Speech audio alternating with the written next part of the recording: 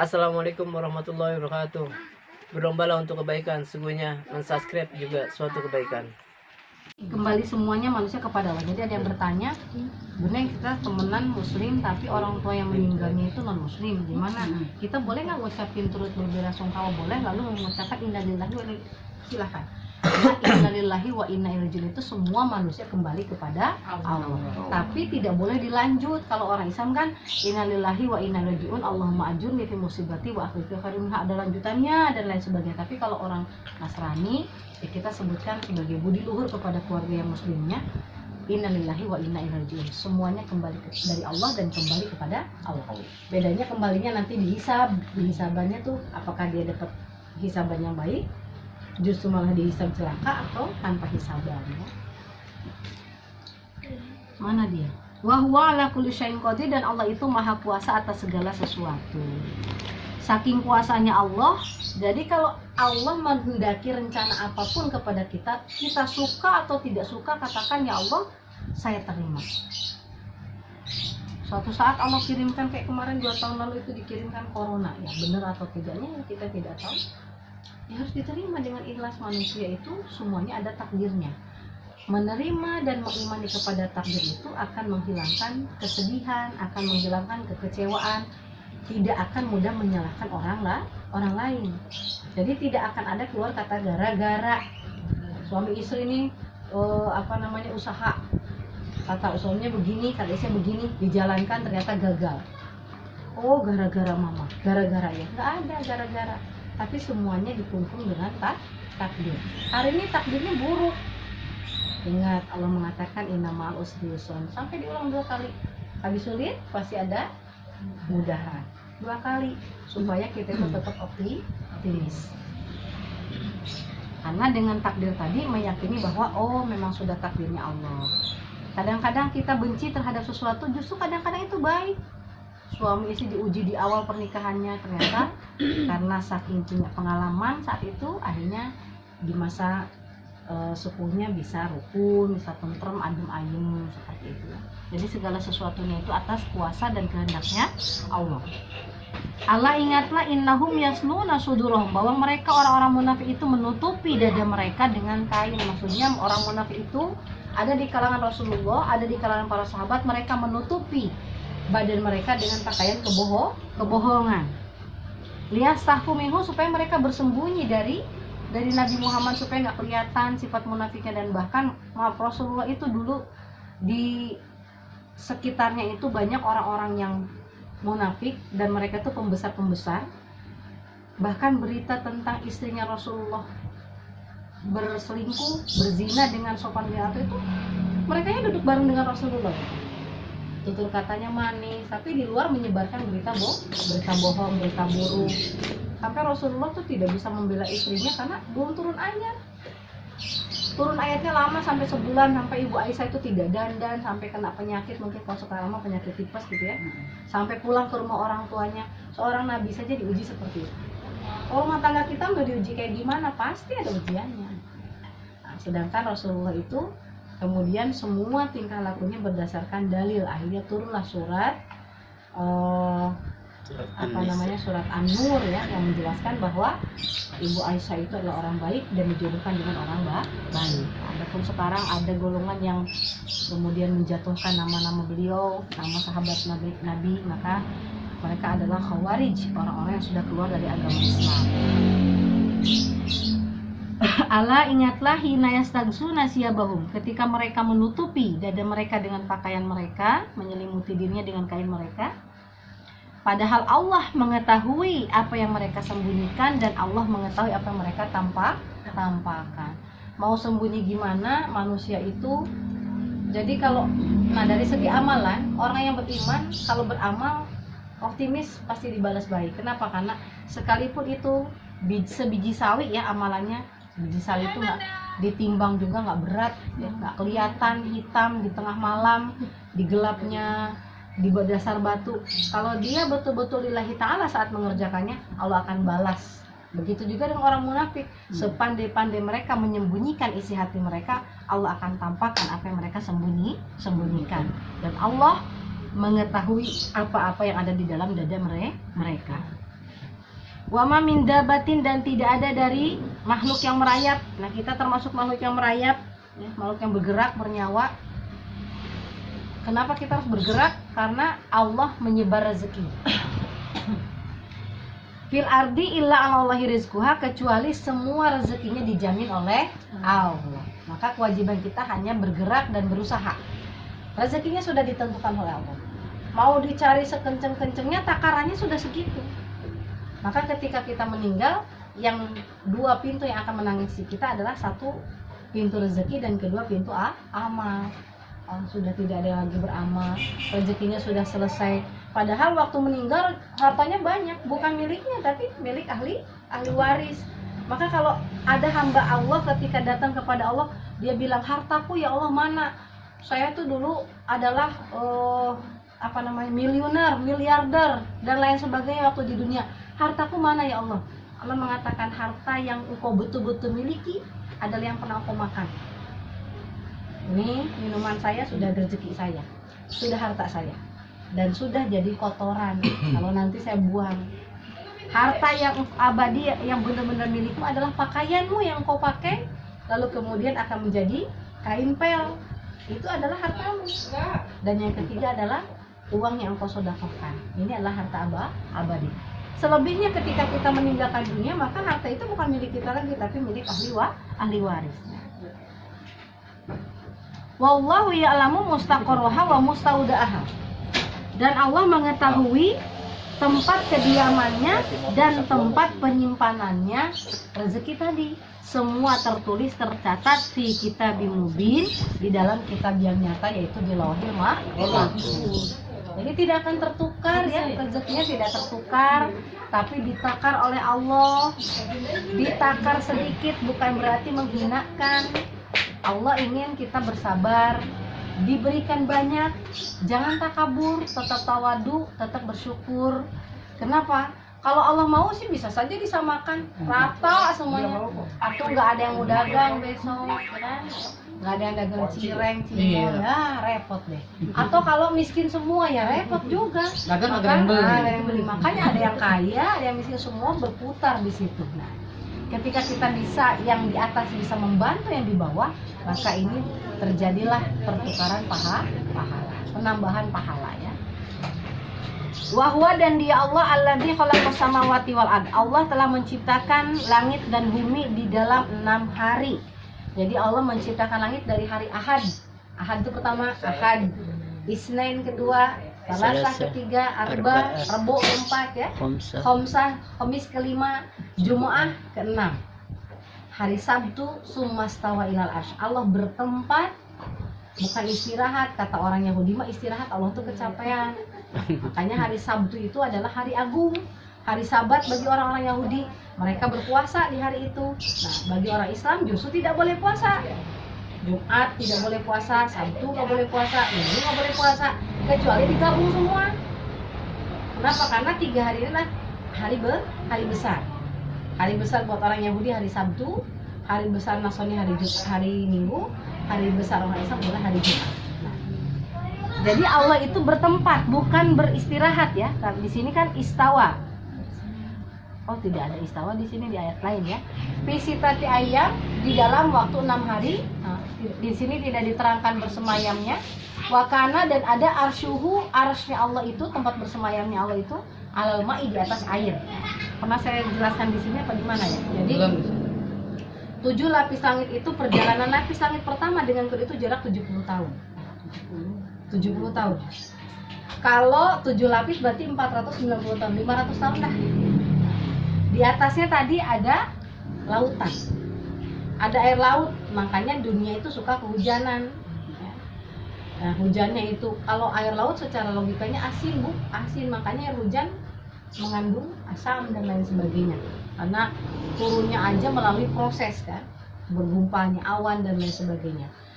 Lautan itulah kemudian berdirilah 8 malaikat. 8 malaikatnya dijelaskan di dalam surat Al-Insyiqaq, ya. Ada 8 malaikat yang tidak akan pernah meninggal, walaupun malaikat Israfil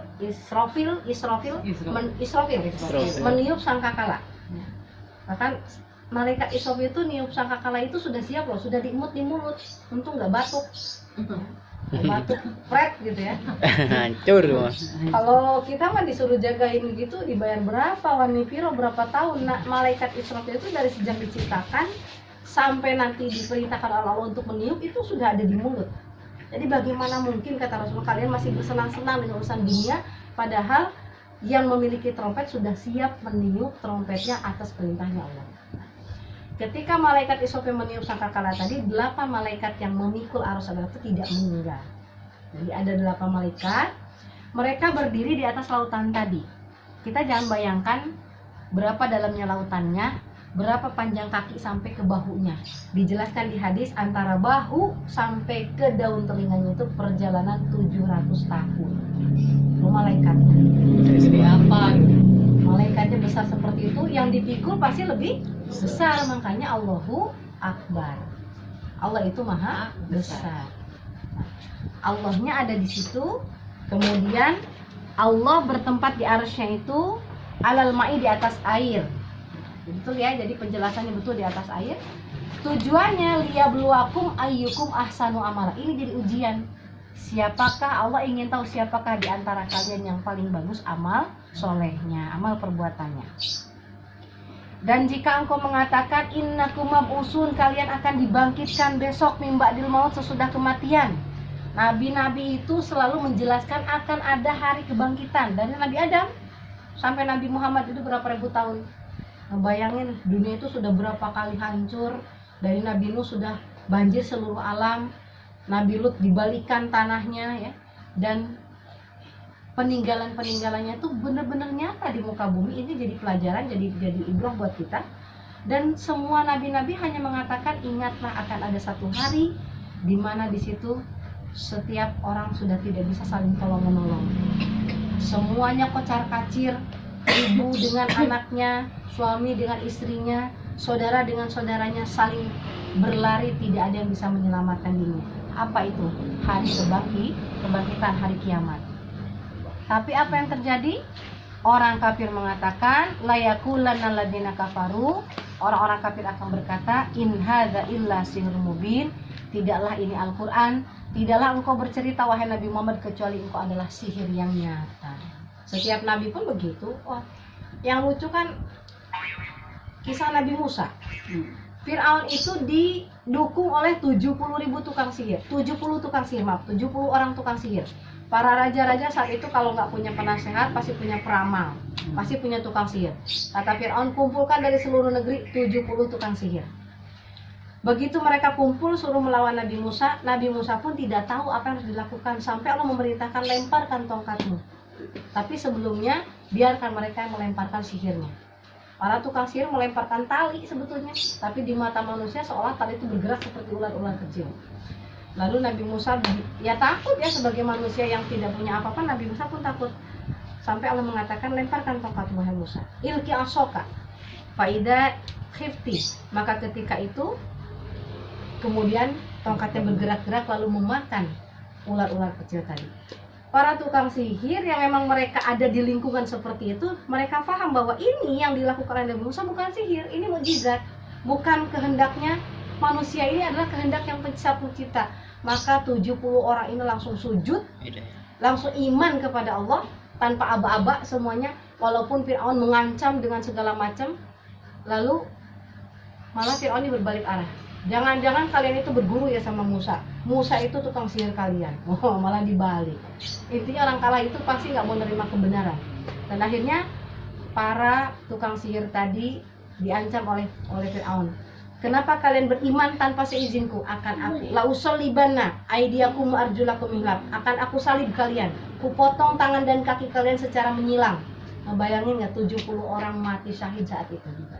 Mereka iman langsung tanpa sholat, tanpa puasa, langsung sujud. Sama setan juga kalau hari itu langsung sujud, nggak ada di sini gitu kan. Nah, termasuk Nabi Adam juga ya, nggak ada ketimpuan yang nggak ada kita gitu kan. Jadi kalau Nabi Musa sempat protes sama Nabi Adam, disuruh makan apa aja, jangan deketin pohon, angel banget, ini susah bener. Cuman jangan deketin pohon gitu, apa yang susah? Padahal sudah disuruh makan segala macam. Kalau kamu di posisiku belum tentu bisa juga. Nah, kalau aku nggak begitu, kamu juga nggak ada. Ya kan Nabi Musa mana bisa ada kalau Nabi Adam nggak turun ke dunia. Iya. Ahli surga itu nggak ada yang melahirkan. Makanya besok ahli surga itu perawan terus. Perawan tuh Nggak akan muda terus. Bikrun, perawan. Abkaron, perawan yang jeli-jeli matanya. Kemudian tidak pernah datang bulan. Nah, kalau di dunia datang bulan, kasihan istrinya satu ya. Sekarang juga jeli matanya. Duit 1.000 euro ngeliat di kantong. Beda yang Duit di kantong dilihat itu. jeli-jeli. Manik. Wala in akhorna anhumul adab, jika Allah mengakhirkan dari siksaan dari mereka, nah, karena mereka berpaling, kok mereka orang kafir tidak langsung disiksa ya? Bahkan kalau kita lihat orang kafir di dunia itu bahkan merajai kekayaan ya. Kalau dilihat itu majalah Forbes itu yang kaya yang nggak ada yang muslimnya paling berapa biji gitu ya, banyakannya orang kafir semuanya, yang dikasih kecerdasan orang kafir, dikasih harta orang kafir. Kok mereka kufur tapi nggak disiksa sama Allah? Itu namanya istidraj namanya ya. Kalau sampai Allah mengakhirkan siksaan kepada mereka sampai waktu ditentukan, layakulana, niscaya mereka akan mengatakan mayah bisuhu, apakah yang menghalangi siksaan Allah datang kepada kami? Maka bukan karena mereka hebat, tetapi jawabannya Allah ingatlah yauma yatihim, jika sampai datang siksaan Allah kepada mereka, maka mereka tidak bisa berpaling ya. Tidak ada yang bisa memalingkan siksaan itu dari mereka, dan jatuhlah siksaan kepada mereka atas apa yang mereka hinakan atau olok-olokkan. Jadi kalau sekarang bikin dosa nggak benjol, bikin dosa juga nggak ini. Kalau sudah pernah melakukan dosa, jangan diceritain, itu aja intinya. Nah, kalau sekarang kalau nonton TikTok, nonton apa, malah bangga sama dosanya, malah ngomong main sama si Anu, makin jadi gitu ya. Padahal manusia itu pasti berdosa, tapi tutupilah dosanya. Jangan kok umbar, sudah dosa ya sudah, tobati, perbaiki dengan melakukan banyak amal soleh. Bukan diumbar dengan kebanggaannya seolah-olah dia tidak, hari itu tidak disiksa terus tidak apa-apa, dosa itu tidak kenapa-napa kok ya. Padahal Allah mengakhirkan itu tujuannya supaya Allah mendobelkan siksaannya. Kalau sudah datang waktu yang ditentukan siksaannya, maka dia tidak akan bisa mengelak. Kalau di dunia berarti Allah akhirkan sampai hari dicabutnya nyawa. Itu pasti. Maka orang iman itu bisa terlihat dari husnul khotimahnya, nangis, pelipisnya berkeringat saking menahan kerasnya sakaratul maut. Tapi itu tanda-tanda husnul khotimah. Sekarang bagaimana itu yang ditimbul oleh Allah dengan banjir, dengan kerobohan, itu husnul khotimah secara tidak langsung, dan itu pilihannya Allah. Walaupun meninggalnya seperti itu, tapi mereka adalah orang-orang yang syahid ya. Kita belum tentuan, tapi ada doanya, Allah marzuqna syahadatan fisabilillah, ya Allah karuniakanlah kami rezeki supaya kami bisa mati syahid di jalan Allah. Nah, mati syahidnya bisa saja dalam keadaan mencari ilmu, tiba-tiba kesandung gitu ya, meninggal gitu, bisa saja, nggak mesti yang harus berdarah-darah juga gitu ya. Meninggal habis baca Quran, meninggal lagi puasa dan lain sebagainya. Jadi minta sama Allah supaya meninggal dalam keadaan menutup aja dengan amal-amal yang baik. Walain adaknal insan, ini ada 2 kriteria manusia, tinggal tanyakan sama diri kita.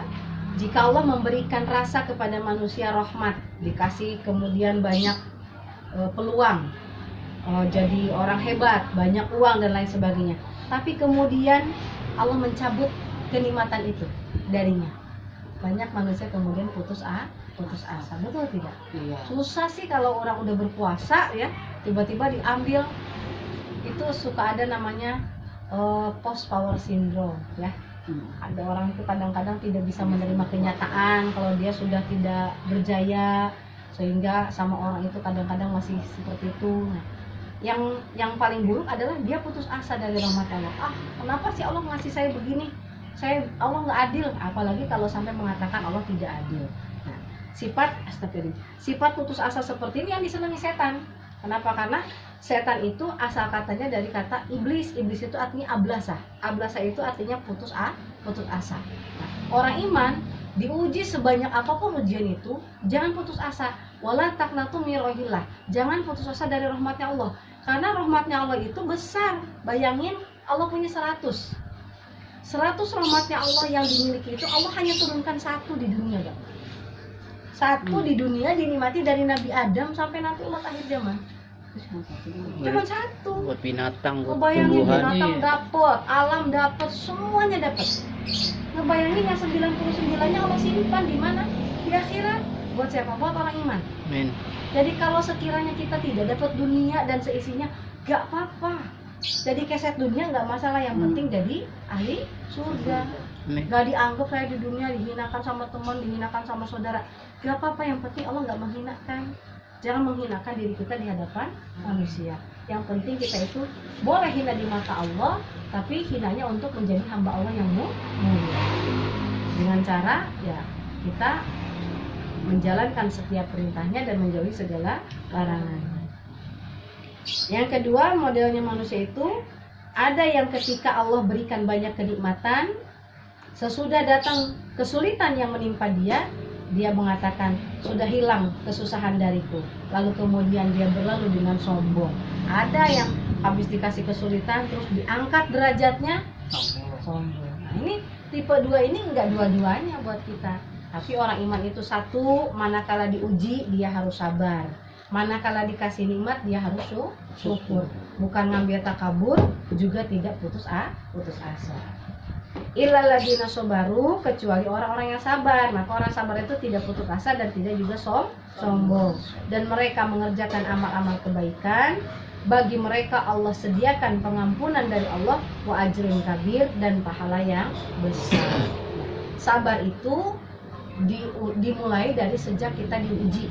Jadi ketika kita dapat sesuatu yang gak mengenakan hati, langsung sabar, jangan ngeresulo, jangan kemudian misu-misu, marah-marah. Katakan sama Allah, saya terima ya Allah, saya lagi diuji sama Allah, saya terima, saya ikhlas, saya ridho, saya akan jalani ujian ini dengan sebaik-baiknya, dan untuk jalan keluarnya saya pasrahkan hanya kepada Allah. Makanya Nabi Ibrahim itu ketika dilemparkan oleh Raja Namrud ke dalam kobaran api, kira-kira Bu, ada nggak pemikiran masuk ke api itu bakal selamat? Gak ada, udah bukan putus asa. Kalau orang iman itu udah pasrah. Lalu mengatakan hasbunallah wa ni'mal wakil. Cukuplah Allah sebaik-baiknya penolong.